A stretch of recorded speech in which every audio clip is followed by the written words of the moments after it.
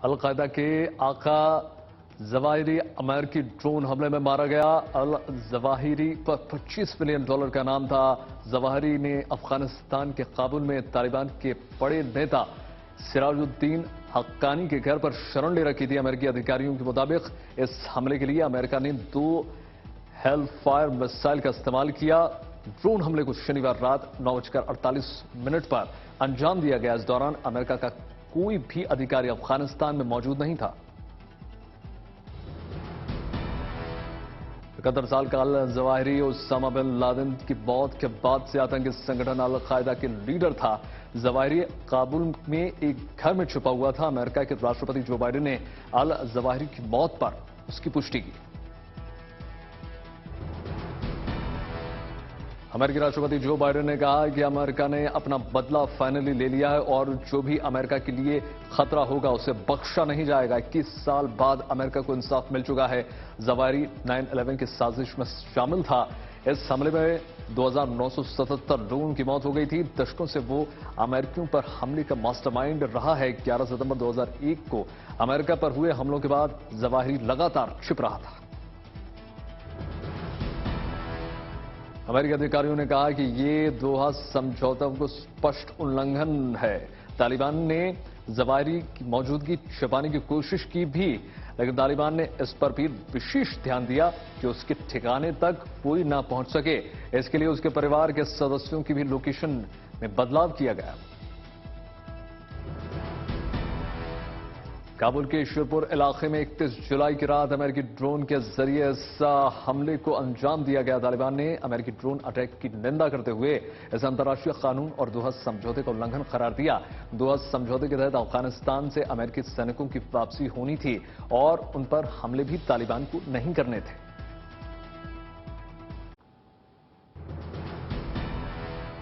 शिवसेना सांसद संजय राउत को 4 अगस्त तक ईडी की रिमांड पर भेज दिया गया है। पत्राचौल घोटाले में पीएमएलए कोर्ट ने ईडी को संजय राउत की कस्टडी दी।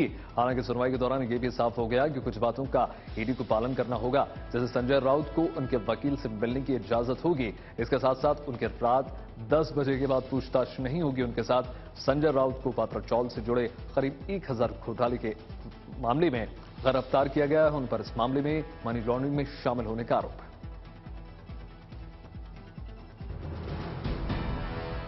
गोवा के एक रेस्टोरेंट बार को लेकर हुए विवाद पर दिल्ली हाई कोर्ट ने बड़ी टिप्पणी जारी कर दी है। हाई कोर्ट ने कहा है कि केंद्रीय मंत्री स्मृति ईरानी और उनकी बेटी उस रेस्टोरेंट की मालिक नहीं है, न ही उन्होंने कभी उस रेस्टोरेंट के संबंध में किसी लाइसेंस के लिए अप्लाई किया। हाई कोर्ट ने इस मामले में कांग्रेस नेताओं को समन जारी करके 18 अगस्त तक जवाब दाखिल करने के लिए समय दिया।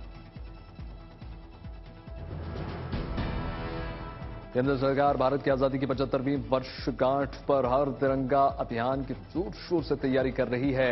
इसी कड़ी में 3 अगस्त को लाल किले से विजय चौक तक सांसदों की बाइक रैली का आयोजन किया गया है। इस बाइक रैली को उपराष्ट्रपति एम वेंकैया नायडू हरी झंडी दिखाएंगे। बीजेपी ने पार्टी के सभी सांसदों को रैली में हिस्सा लेने के लिए आह्वान किया है। यही नहीं, प्रधानमंत्री नरेंद्र मोदी ने अपने डीपी की जगह तिरंगा लगाने का आह्वान किया। हर घर तिरंगा अभियान के तहत सभी नागरिकों से अपने अपने घरों में 13 से 15 अगस्त तक तिरंगा फहराने की अपील की गई है। सरकार का लक्ष्य यह है कि इस दौरान 20 करोड़ से ज्यादा घरों में तिरंगा लहराया जाए। इस लक्ष्य को हासिल करने के मकसद से डाकघरों में हर घर तिरंगा अभियान के तहत राष्ट्रीय ध्वज की बिक्री शुरू हो चुकी है। पोस्ट ऑफिस में तिरंगा लेने के लिए लोगों की भारी भीड़। पश्चिम बंगाल में टीचर भर्ती घोटाले के बीच अब सीआईडी ने कल्याणी एम्स में भर्ती को लेकर जांच करना शुरू कर दी है। सीआईडी ने इस मामले में बीजेपी विधायक नीलाद्री शेखर दाना की बेटी से कई घंटों तक पूछताछ की। बांकुरा से बीजेपी विधायक नीलाद्री शेखर पर आरोप यह है कि उन्होंने अपने प्रभाव से बेटी मैत्री दाना को कल्याणी एम्स में नौकरी दिलवाई। सीआईडी के 4 अधिकारी बांकुरा में नीलाद्री शेखर के घर पर पहुंचे और काफी देर तक पूछताछ की गई। राज्यसभा में दोपहर 2 बजे तक महंगाई पर चर्चा हो सकती है। 16 विपक्षी सांसदों ने इसके लिए नोटिस जारी कर दिया। वित्त मंत्री निर्मला सीतारमण इस पर मामले पर सरकार का पक्ष रखने जा रही हैं। संसद का मानसून सत्र 18 जुलाई सोमवार से शुरू हुआ, लेकिन इस दौरान महंगाई के मुद्दे पर जमकर हंगामा हुआ। महाराष्ट्र के राज्यपाल भगत सिंह कोश्यारी ने बीते दिनों किए गए अपने बयान पर माफी मांग ली। एक कार्यक्रम के दौरान भगत सिंह कोश्यारी ने मुंबई से गुजरातियों को और राजस्थानियों को हटा देने के लिए मुंबई के पास पैसा नहीं है, ऐसा उन्होंने बयान दिया था।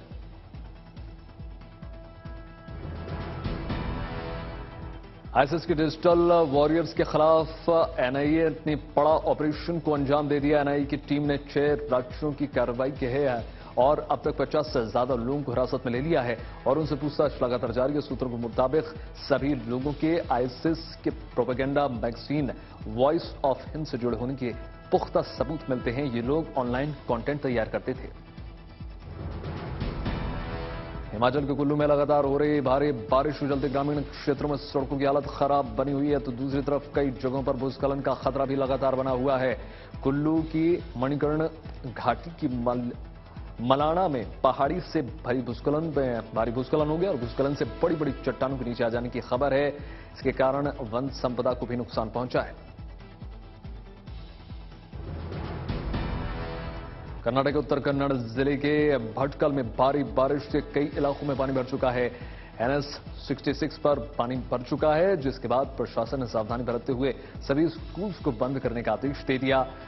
वेंकटापुरा चौटनी शरबी नहरों का भी जलस्तर बढ़ चुका है। लबालब होने के बाद से उसके आसपास के इलाकों पर इसका असर साफ तौर पर देखा जा रहा है। राजस्थान के सीकर में मूसलाधार बारिश के बाद शहर की सड़कें पानी से नजर आ रही हैं। जयपुर में मौसम विभाग ने बताया कि सीकर में 3 अगस्त से एक बार फिर मानसून एक्टिव हो जाएगा, जिसके बाद एक सप्ताह तक जिले में अच्छी खासी बारिश होने की संभावना है। नवलगढ़ पुलिया और निचले इलाके में बरसात के बाद हुए जलभराव से व्यापारी भी बहुत परेशान। जम्मू कश्मीर की हुए हिस्सों में मानसून के से कहर बरपा हुआ है। लगातार बारिश के बाद उज नदी का जलस्तर अचानक बढ़ गया। निचले इलाकों में सबसे ज्यादा संकट बना हुआ है। कई घरों और दुकानों में भी पानी इस वक्त भर चुका है। लोगों का जीना मुहाल है। जिला प्रशासन लोगों और सैलानियों को नदी के नालों से दूर रहने की हिदायत जारी कर दी है। केरल में भी सैलाब का सितम लगातार देखा जा रहा है। कोट्टायम और पाथानामथिट्टा जिलों में बारिश के बाद बर्बादी के वीडियो लगातार देखने को मिल रहा है। रिहायशी इलाकों में कई फीट तक पानी भर चुका है। सैकड़ों लोगों को अपने घरों में कैद होने को वो मजबूर नजर आ रहे हैं। कोट्टायम के मुनीलापू गांव में बारिश और भूस्खलन का डबल अटैक देखने को मिला और कई नदियों में उफान से कुंडल, कलंजर और कोनी में पानी का प्रकोप देखने को मिल रहा है। केरल के 6 जिलों तिरुवनंतपुरम, कोल्लम, पठानमथिट्टा और एर्नाकुलम जैसे तमाम जिलों में सबसे ज्यादा बारिश का कहर देखने को मिल रहा है। सरकार की ओर से स्कूल्स और कॉलेजेस में छुट्टियां कर दी गई हैं। दक्षिणी जिलों में बुधवार तक लगातार बारिश का अनुमान जताया जा रहा है। कोझिकोड में रिहायशी इलाकों और सड़कों पर पानी भरने से लोगों को घर में ही कैद वो हो गए। उन तमाम दिक्कतों का सामना करना पड़ रहा है। मुख्यमंत्री पी विजयन ग्राउंड जीरो पर जाकर हालत का जायजा ले रहे हैं। उन्होंने बाढ़ प्रभावित इलाकों में हर संभव मदद देने का भरोसा दिया है। हरियाणा में नई शिक्षा नीति चिराग को लागू कर दिया गया है। नई शिक्षा नीति से गरीब तबके के बच्चे प्राइवेट स्कूल्स में पढ़ने का लाभ उठा पाएंगे। नई शिक्षा नीति के तहत राज्य सरकार गरीब बच्चों को प्राइवेट स्कूल में पढ़ने के लिए फी की रकम अदा करने जा रही है। इसके तहत राज्य सरकार प्राइवेट स्कूल्स को प्राइमरी में पढ़ने वाले बच्चों के लिए 700 रुपए, मेडिकल स्कूल्स के बच्चों के लिए 900 और सीनियर सेकेंडरी में पढ़ने वाले छात्रों के लिए 1100 रुपए फी के रूप में अदा करेंगे।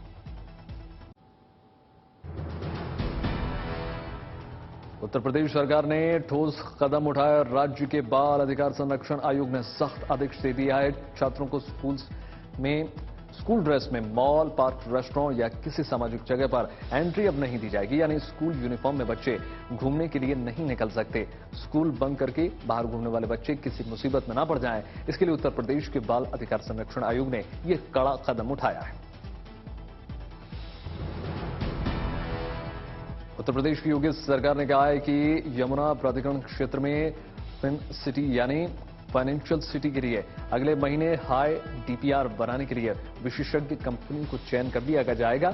मुंबई की तरह यमुना प्राधिकरण के सेक्टर 28 में फिन सिटी बनाने का बड़ा प्रोजेक्ट है। फिन सिटी 100 एकड़ जमीन पर विकसित की जाएगी। इससे देश भर की वित्तीय संस्थाओं के लिए एक बेहतरीन प्लेटफॉर्म उपलब्ध हो जाएगा। दिल्ली के उपराज्यपाल ने गजट नोटिफिकेशन जारी करके नई एक्साइज पॉलिसी को 1 सितंबर से निरस्त करने का फैसला कर लिया है। इससे पहले दिल्ली के उपराज्यपाल विनय कुमार सक्सेना ने दिल्ली सरकार को आबकारी लाइसेंस को 1 महीने बढ़ाने वाले फैसले पर मुहर लगा दी थी। अब एलजी की मंजूरी के बाद दिल्ली में शराब आपूर्ति फिर से शुरू हो जाएगी। दिल्ली नई एक्साइज पॉलिसी एक्सटेंशन के लिए सरकार ने औपचारिक आदेश जारी करते हुए कह दिया है कि 31 अगस्त तक दिल्ली में नई एक्साइज पॉलिसी जारी रहेगी। इसके साथ ही सरकार की तरफ से देशी शराब के ठेकों के लिए 2 महीनों के एक्सटेंशन का आदेश भी जारी हो चुका है। उज्जैन में आज रात 12 बजे महाकाल मंदिर के शीर्ष पर स्थित नागचंद्रेश्वर के पट नाग पंचमी पर्व के मौके पर खोल दिए गए। गौरतलब है कि ये पट वर्ष में सिर्फ एक बार 24 घंटों के लिए खोले जाते हैं। परंपरा के अनुसार 24 घंटे बाद रात्रि 12 बजे पुनः 1 वर्ष के लिए नागचंद्रेश्वर मंदिर का पट बंद कर दिया जाता है। कहा जाता है कि ये मंदिर अति प्राचीन है। पूरी दुनिया में यहां पर शेष शैया पर विष्णु के साथ शिव प्रतिमा में विराजमान है। आधार कार्ड को वोटर आईडी से लिंक करने का काम शुरू हो चुका है। चुनाव आयोग का दावा है कि वोटर आईडी को आधार कार्ड से जोड़ने पर इलेक्टोरल रूल में डुप्लीकेसी को रोका जा सकेगा। पहली बार 2015 में चुनाव आयोग ने वोटर आईडी को आधार कार्ड से लिंक करने की योजना पर काम कर दिया था। हालांकि सुप्रीम कोर्ट ने इस योजना पर रोक लगा दी थी। सीबीआई की टीम ने एक साथ 16 जगहों पर छापेमारी करके भारतीय रेल के परिचालन से जुड़े 3 अधिकारियों समेत 6 लोगों की गिरफ्तारी की है, जिसमें समस्तीपुर रेल मंडल में सीनियर डीओएम के पद पर तैनात रूपेश कुमार भी शामिल हैं। सीबीआई ने छापेमारी कर करीब 41.50 लाख रुपए भी बरामद कर लिए, जो रिश्वत के रूप में दिए जाने थे। सीबीआई ने कोलकाता, पटना, समस्तीपुर, हाजीपुर समेत कई जगहों पर छापेमारी की। मणिपुर के मोइरंग का रहने वाला ये युवक इन दिनों पूरे देश में चर्चा का विषय बना हुआ। 19 साल के जस्टिस कोनजेंग बागमान ने पीवीसी पाइप की मदद से उन्होंने रॉकेट बना डाला और सब कुछ चौंका डाला। इतना ही नहीं, कोनजेंग बाम ने घर पर ही रॉकेट के लिए ड्राई फ्यूल भी तैयार कर दिया। आगरा की एक दुकान में स्पेशल गोल्डन घेवर तैयार किया जा रहा है, जिसकी कीमत 25,000 रुपए किलो बताई जा रही है। इस घेवर को लेने के लिए दुकान पर ग्राहकों का हुजूम उमड़ पड़ा है। इस घेवर को खास बात यह है कि इसे 24 कैरेट सोने से तैयार किया गया। वडोदरा की एमएस यूनिवर्सिटी में हिंदू स्टडीज नाम से एक नया कोर्स शुरू कर दिया गया है। छात्र एमएस यूनिवर्सिटी से हिंदू स्टडीज में ग्रेजुएशन और पोस्ट ग्रेजुएशन कर सकते हैं। इस कोर्स के लिए 60 सीटें रखी गई हैं। किसी भी राज्य या केंद्रीय बोर्ड से हायर सेकेंडरी पास करने वाले हिंदू स्टडीज में ग्रेजुएशन के लिए अप्लाई कर सकते हैं। अलीगढ़ में अब गरीबों को 5 रुपए में भरपेट खाना मिल सकेगा। अलीगढ़ में नर सेवा नारायण सेवा के तहत एक गौशाला में मां अन्नपूर्णा सीता रसोई भोजनालय की शुरुआत की गई है, जहां गरीब और असहाय लोगों को 5 रुपए में भरपेट भोजन की थाली मुहैया करवाई जाएगी। सावन के तीसरे सोमवार को अलीगढ़ के नगला मसानी गौशाला में मां अन्नपूर्णा सीता रसोई का उद्घाटन किया गया। इंग्लैंड के बर्मिंघम में चल रहे CWG में महिला लॉन बॉल्स टीम ने इतिहास रच दिया। महिला टीम पहली बार लॉन बॉल्स के फाइनल्स में पहुंची है। सोमवार को सेमीफाइनल्स में खेले गए मुकाबले में भारतीय धुरंधरों ने न्यूजीलैंड को 16-13 से हराकर फाइनल्स में अपनी जगह बना ली। इस जीत के साथ ही महिला टीम ने लॉन बॉल्स में राष्ट्रमंडल खेलों में अपना ऐतिहासिक पदक सुनिश्चित कर लिया और अपना नाम दर्ज करा लिया।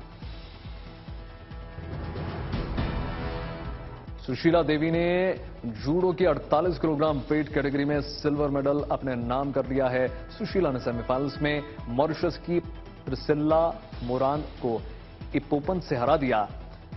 फाइनल्स में सुशीला साउथ अफ्रीका के मिकेला को मात नहीं दे पाई।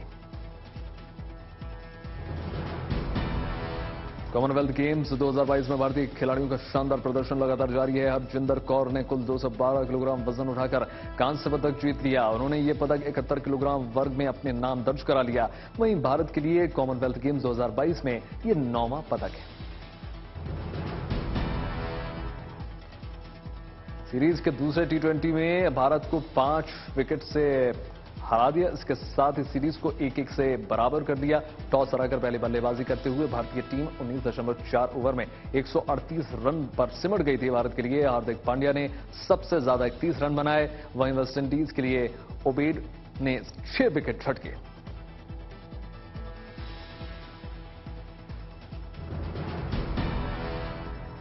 भारत और वेस्टइंडीज के बीच 5 मैचों की T20 सीरीज का तीसरा मैच आज वॉर्नर पार्क क्रिकेट स्टेडियम में खेला जाएगा। दोनों टीमों ने अब तक एक मैच जीतकर सीरीज पर बराबरी की पकड़ बनाई है। बल्लेबाजी के लिए ये पिच चैलेंजिंग रहने वाली है। गेंदबाजों को यहां मदद मिलेगी। उछाल के साथ स्विंग भी देखने को मिलेगा। टॉस जीतकर यहां पहले बल्लेबाजी करने का फैसला सही रहेगा। यहां लक्ष्य का पीछा करना आसान है। महंगाई का असर खत्म होते ही जुलाई में फिर से आर्थिक रिकवरी में रफ्तार नजर आ रही है। जुलाई में जीएसटी कलेक्शन दूसरे उच्चतम स्तर पर रहा और मैन्युफैक्चरिंग पीएमआई 8 महीनों के उच्चतम स्तर पर पहुंच गई है। इसके अलावा कारों एसयूवीज की बिक्री ऑल टाइम हाई पर पहुंच चुकी है। साथ ही रुपए भी 4 हफ्तों के उच्चतम स्तर पर पहुंच चुका है।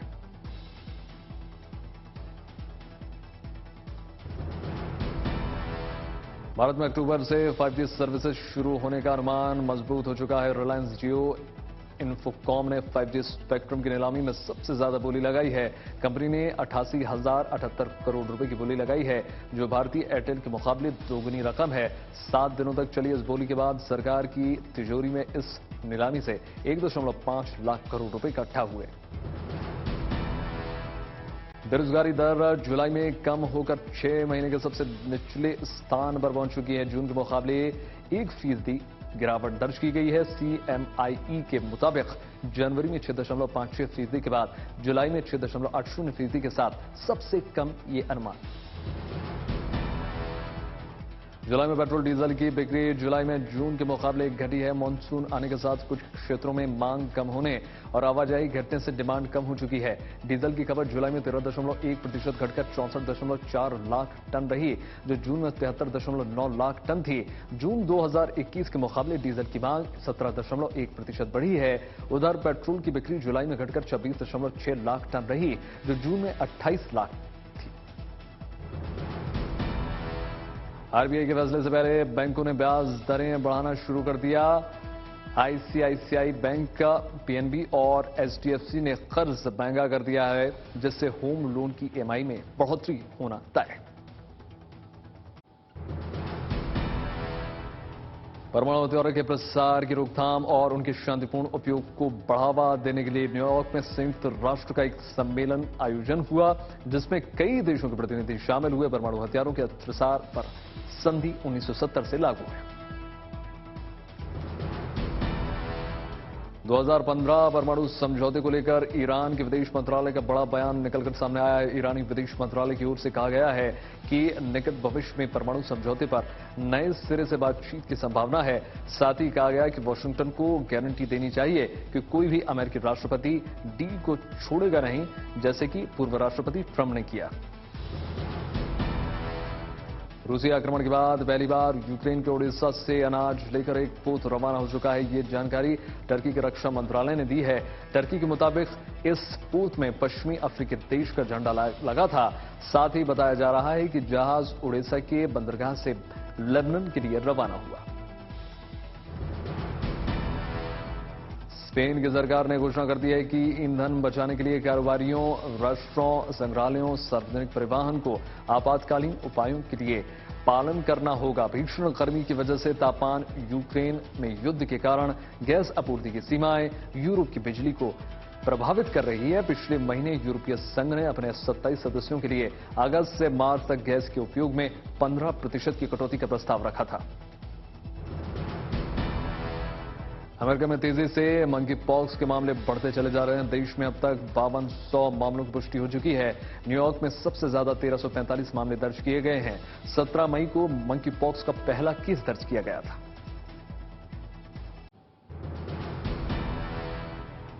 टैक्स पॉलिसी को लेकर भारतीय मूल के ब्रिटिश प्रधानमंत्री उम्मीदवार ऋषि सुनक ने बड़ा बयान जारी कर दिया। उन्होंने कह दिया है कि इनकम टैक्स के बेसिस रेट में वो 20% की कटौती करने जा रहे हैं। माना जा रहा है कि सुनक ने यह फैसला लिज ट्रस से पीछे चलने की वजह से लिया है। ताजा सर्वे के मुताबिक ऋषि सुनक विदेश मंत्री और प्रधानमंत्री पद के उम्मीदवार लिज ट्रस से पीछे चल रहे हैं। अमेरिकी स्पीकर नैन्सी पेलोसी की आज से ताइवान यात्रा शुरू हो रही है, जिसको लेकर चीन ने एक बार फिर से अमेरिका को चेतावनी जारी कर दी है। चीनी विदेश मंत्रालय की ओर से यह कहा गया है कि चीन की सेना हाथ पर हाथ धरे नहीं बैठी रहेगी। वहीं नैन्सी पेलोसी एशिया के पहले दौरे पर सिंगापुर पहुंच चुकी हैं। इसके बाद दक्षिण कोरिया, जापान और मलेशिया भी वो जाने जा रहे हैं। संयुक्त राष्ट्र के विशेष प्रतिनिधियों ने सोमालिया के दक्षिण पश्चिम राज्य का दौरा करके इलाके का जायजा लिया। संयुक्त राष्ट्र ने सोमालिया को मजबूत सहयोग देने की घोषणा भी कर दी। बता दें कि इन दिनों सोमालिया आर्थिक संकट से गुजर रहा है। म्यांमार की सैन्य सरकार ने आपातकाल को 6 महीने के लिए और बढ़ा दिया है। आपातकाल के बीच सैन्य शासन ने अस्थिरता का हवाला दिया है। साथ ही अगले साल आम चुनाव कराने का भी ऐलान कर दिया। सेना ने पिछले साल आंग सान सू की सरकार को हटाने के बाद आपातकाल लागू किया था।